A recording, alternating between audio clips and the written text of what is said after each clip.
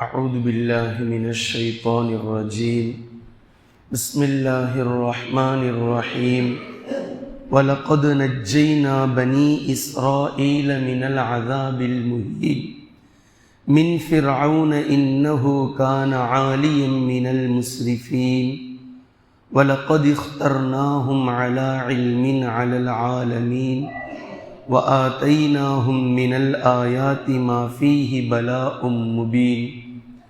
கண்ணியத்திற்குரிய அல்லாஹ்வின் அடியார்களே, சூரத்து துஹானை நாம் பார்த்து வருகின்றோம். அதில் முதல் 16 வசனங்களை முடித்துவிட்டு அடுத்த 16 வசனத்தில் அல்லாஹு தாலா ஃபிரௌனுக்கும் மூசா அலைஹிஸ்ஸலாம் அவர்களுக்கும் இஸ்ரவேலர்களுக்கும் ஃபிரௌனுடைய மக்களுக்கும் நடந்த சம்பாஷணையை மிக தெளிவாக பேசக்கூடிய இடமாக நாம் அதை பற்றி பார்த்து வருகின்றோம். அதில் இரவோடு இரவாக மூசா அலைஹிஸ்ஸலாம் அவர்கள் இஸ்ரவேல் மக்களை, அல்லாஹ்வின் அடியார்களை அழைத்து கொண்டு விடுவித்து கொண்டு சென்றதற்கு பின்னால் விடியற்காலை ஃபிரௌனுக்கு செய்தி தெரிந்து ஊரில் இருக்கக்கூடிய சுற்று வட்டாரத்தில் இருக்கும் எல்லா மக்களையும் அழைத்து கொண்டு மூசா அலைஹிஸ்ஸலாம் அவர்களையும் அவர்களோடு சென்று இருக்கக்கூடிய இஸ்ரவேல் மக்களையும் கொன்றுவிடலாம், அழித்து விடலாம் என நினைத்து அவன் புறப்படுகின்றான். ஆனால் அவனுக்கு தெரியாது அல்லாஹ்வினுடைய ஏற்பாடு இதுதான் எகிப்தில் அவன் வாழ்ந்த கடைசி நாள் என்பது ஃபிரௌனுக்கு தெரியாது. இப்போது அல்லாஹு தாலா ஃபிரௌனுடைய ஊர் மக்கள் ஒட்டுமொத்த நபர்களையும் ஒன்றாக வெளியேற்றி எந்த கடலில் மூசா அலைஹிஸ்ஸலாம் அவர்களும் இஸ்ரவேலர்களில் மக்களும் பனி இஸ்ராயில் மக்களும் கடந்து சென்றார்களோ முஃமின்கள், அதே கடல் வழியில் இவர்களையும் இறக்கச் செய்து அல்லாஹு தாலா மொத்தமாக மூழ்கடித்து விட்டான் என்பதை வரலாற்று ரீதியாக நாம் பார்த்து முடித்திருக்கின்றோம். இதை தொடர்ந்து அல்லாஹு தாலா பேசக்கூடிய அடுத்தடுத்த விஷயங்கள், இந்த ஃபிரௌனுடைய மக்களும் தோட்டம் துறவுகளை விட்டு சென்று விட்டார்கள், நீர்நிலைகளை விட்டு சென்று விட்டார்கள், விவசாய நிலங்களை, சங்கைக்குரிய இடங்களை விட்டு சென்று விட்டார்கள். அதே போன்று அவர்களுக்கு சுகமளித்து கொண்டிருந்த சுகபோகமான வாழ்வை அவர்கள் விட்டு சென்றார்கள் என்று அல்லாஹு தாலா அடுக்கடுக்காக பேசிவிட்டு பின்பு கடைசியாக வானம் பூமி அவர்களுக்காக அழையில்லை. காரணம், அந்த அளவிற்கு துர்பாக்கியசாலியாக அவர்கள் மாறினார்கள். வானம் பூமி அழக்கூடிய அளவிற்கு கூட எந்த ஒரு நன்மையும் அவர்களுடைய வாழ்வில் தரிப்படாத அளவிற்கு மிகுந்த கெட்டவர்களாகவே அவர்களுடைய மரணம் வரைக்கும் அவர்கள் வாழ்ந்துவிட்டு சென்றார்கள் என்று அல்லாஹு தாலா சொல்லி முடித்துவிட்டு அடுத்ததாக பேசுகின்றான். நிச்சயமாக நாம் பனி இஸ்ரவேல் மக்களை கடுமையான வேதனையிலிருந்து நாம் பாதுகாத்து விட்டோம். இன்னும் கொஞ்சம் நாள் விட்டிருந்தால் ஃபிரௌனிடத்தில் ஃபிரௌன் இன்னும் அவர்களை நாசப்படுத்தி கொன்று புதைத்திருப்பான், அவர்களை இழிவுபடுத்தி கேவலப்படுத்தி அவர்களை நாசம் செய்திருப்பான். அதை அல்லாஹ் சொல்லி காட்டுகின்றான். வலகது நஜ்ஜைனா பனி இஸ்ராஈல மினல் அஸாபில் முஹீனி மின் ஃபிரௌன், ஃபிரௌனிடமிருந்து இழிவு தரக்கூடிய வேதனையில் இருந்து இஸ்ரவேல் மக்களை நாம் பாதுகாத்தோம். இப்படி மூசா அலைஹிஸ்ஸலாம் அவர்களை வைத்து நாம் பாதுகாத்தோம் என்று சொல்லிவிட்டு இப்போது ஃபிரௌனிடத்தில் வருகின்றான். குர்ஆனில் நீங்கள் பார்க்கலாம், அழிக்கப்பட்ட பல சமூகங்களை பற்றி அல்லாஹ் பேசுகின்றான். ஒவ்வொரு சமூகங்களும் நபிமார்களையும் அல்லாஹ் இறக்கிய வேதத்தையும் பொய்ப்பித்ததை பற்றி அல்லாஹ் பேசுகின்றான். ஃபிரௌனை பற்றி பேசக்கூடிய எல்லா இடங்களிலும் நீங்கள் காணலாம், ஃபிரௌனுடைய மிகப்பெரிய ஒரு பாவமாக அல்லாஹ் பேசுவது அவனுடைய பெருமையை. இந்த இடத்திலும் அல்லாஹ் அதை பேசுகின்றான். இன்னஹு கான ஆலியம் மினல் முஸ்ரிஃபீன், பெருமை அடிப்பதில் வரம்பு மீறியவனாக ஃபிரௌன் இருந்தான். நிறைய பேர் பெருமை அடித்தார்கள், ஆனால் ஃபிரௌன் அடித்த பெருமை இருக்கிறது, அது வரம்பு மீறிய பெருமை அடித்தலில் இருந்தது என்று அல்லாஹு தாலா இந்த இடத்தில் பேசுவதை நாம் பார்க்கின்றோம். குர்ஆனுடைய பல இடங்களிலும் இதை பற்றி அல்லாஹ் பேசுகின்றான். சூரத்துல் கஸஸ், இன்ன ஃபிரௌன அலா ஃபில் அர்த், இந்த பூமியில் பெருமை அடித்தவர்களில் மிகப்பெரிய பெருமைக்காரனாக ஃபிரௌன் இருந்தான். இதே போன்று சூரத்துல் முஃமினூனில் இலா ஃபிரௌன வ மலஇஹி ஃபஸ்தக்பரு வ கானூ கௌமன் ஆலீன், ஃபிரௌனும் ஃபிரௌனுடைய சமூக மக்களும் பெருமை பிடித்தவர்களாக இருந்தார்கள். தாங்கள்தான் இந்த பூமியில் உயர்ந்த சமூகம் என நினைத்து வந்தார்கள். இது ஃபிரௌனுடைய விஷயங்கள். இதனால்தான் அல்லாஹு தாலா பல இடங்களில் பெருமையை எச்சரித்து கொண்டே இருக்கின்றான். காரணம், அது இப்லீஸிடமிருந்து நேரடியாக தோன்றிய ஒரு மிகப்பெரிய பாவம். இதை அல்லாஹ் ஒருபோதும் ஏற்றுக்கொள்வதில்லை. அல்லாஹ்வின் தூதர் ஸல்லல்லாஹு அலைஹி வஸல்லம் அவர்கள் கூறினார்கள், பெருமை என்பது எனது மேலாடை, கண்ணியம் என்பது எனது கீழாடை. யார் இவ்விரண்டில் தர்க்கம் செய்ய நினைக்கின்றானோ அவனை கடுமையாக நான் தண்டிப்பேன் என்று அல்லாஹ் கூறுவதாக அல்லாஹ்வின் தூதர் ஸல்லல்லாஹு அலைஹி வஸல்லம் அவர்கள் கூறுவதை நம்மால் ஹதீஸிலே பார்க்க முடிகின்றது. இப்படி பெருமையை பற்றி பலதரப்பட்ட ஹதீஸ்களும் பலதரப்பட்ட குர்ஆனுடைய வசனங்களும் எச்சரித்து கொண்டே செல்கின்றது. இப்லீஸை பற்றி அல்லாஹ் சொல்லும் போதும் இப்லீஸ் செய்த மிகப்பெரிய பாவமாக அபா வஸ்தக்பர, மறுத்தான், பெருமை கொண்டான் என்றே அல்லாஹு தஆலா பேசி காட்டுகின்றான். பல இடங்களில் ஃபிரௌன் இதை பேசியிருக்கின்றான்.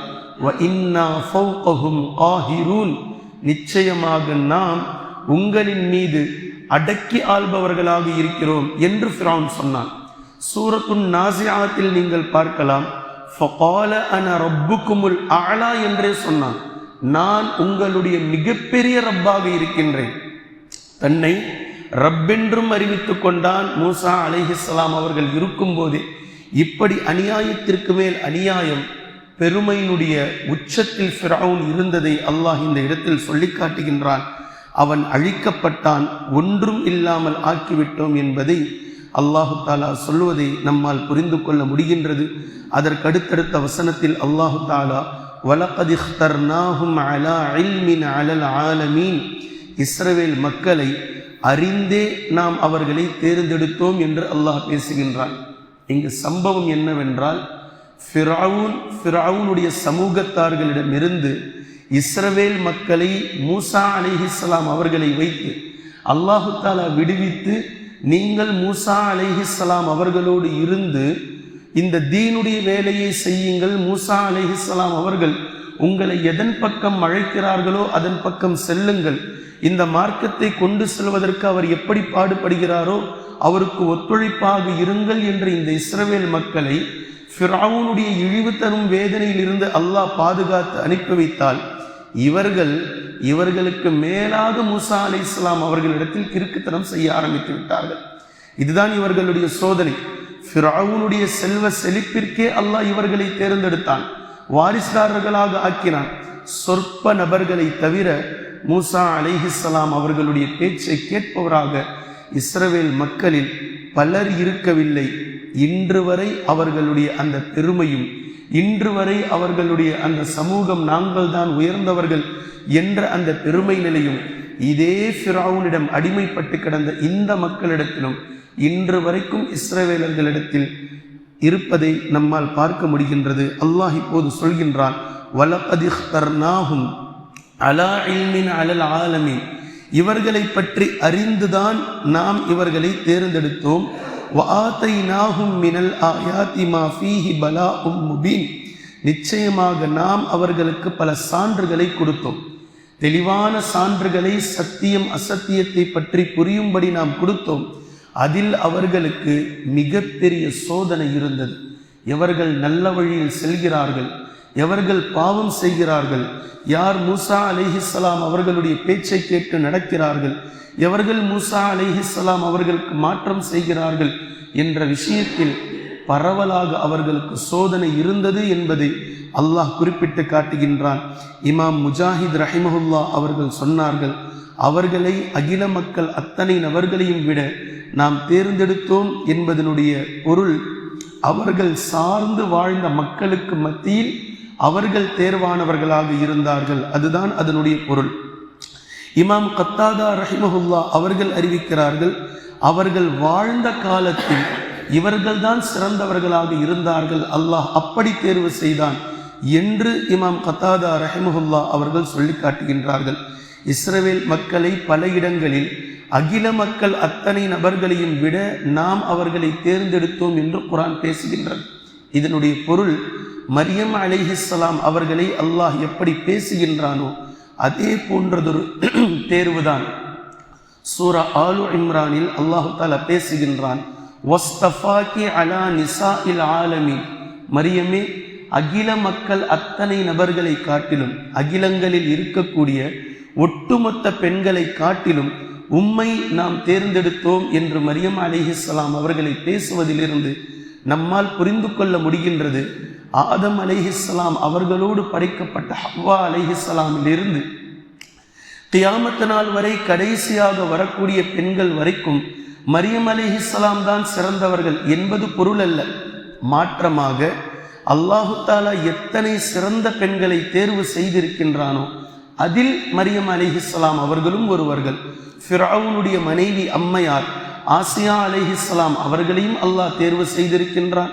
நபி ஸல்லல்லாஹு அலைஹி வஸல்லம் அவர்கள் சொர்க்கத்திற்கு ஹதீஜா, ஆயிஷா, ஃபாத்திமா, ஆசியா, மரியம் இவர்களை தவிர வேறு யாரும் தேர்வாகவில்லை என்றும் சொல்லிய ஹதீஸை நாம் பார்க்கிறோம். ரலியல்லாஹு அன்ஹும் அஜ்மஈன்.